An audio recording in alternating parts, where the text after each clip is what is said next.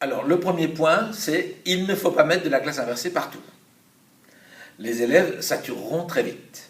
La classe inversée, c'est des moments dans des séquences dans lesquelles on peut le faire. Premier point.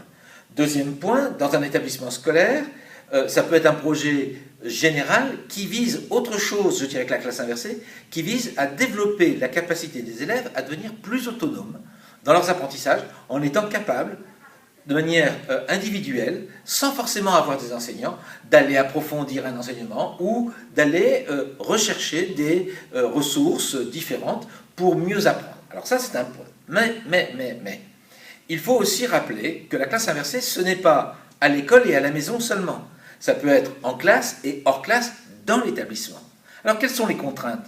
Eh bien, dès lors que vous mettez en jeu des technologies, dès lors que vous mettez en jeu du travail de groupe, dès lors que vous mettez en jeu des pratiques de projet, eh bien, il faut une certaine souplesse. Souplesse dans les locaux, souplesse dans le temps, parfois il faut modifier le temps, mais aussi il faut ce qu'on appelle une infrastructure robuste.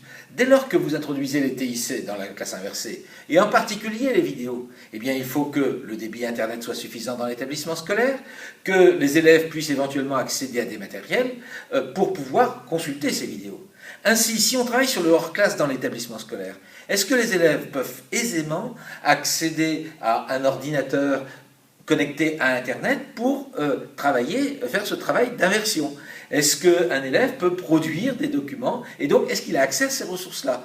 D'autant plus qu'un certain nombre d'entre eux n'ont pas forcément ces ressources-là à disposition personnellement. Ça coûte cher et puis ils ont tous ou presque maintenant un téléphone portable ou un smartphone, mais ça ne suffit pas pour répondre à tous les besoins de la classe inversée. Donc l'établissement doit se soucier de ce que j'appellerais l'environnement favorable à l'apprentissage en classe inversée. Et ça se travaille collectivement et évidemment en lien aussi bien avec les enseignants qu'avec les documentalistes ou qu'avec les personnels de vie scolaire qui peuvent aussi être très utiles dans l'accompagnement des élèves dans cette partie inversée.